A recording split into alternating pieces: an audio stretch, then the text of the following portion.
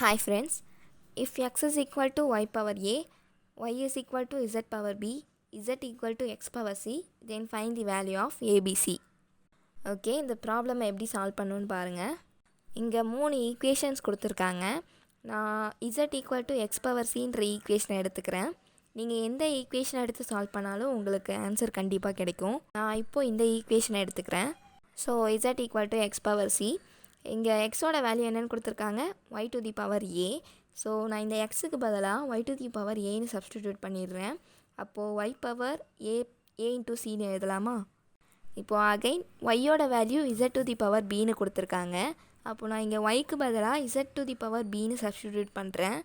அப்போது z to the power bacன்னு மாறிடுமா?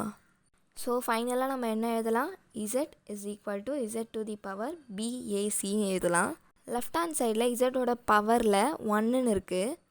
ஸோ ஆஸ் யூஷுவல் பேஸ் ஈக்குவலாக இருக்குது. ஸோ பவர்ஸ் ஈக்குவலாக இருக்கும். அப்போ 1 is equal to BAC. BACயை நம்ம ABCன்னு எழுதலாம். So we get the value of ABC.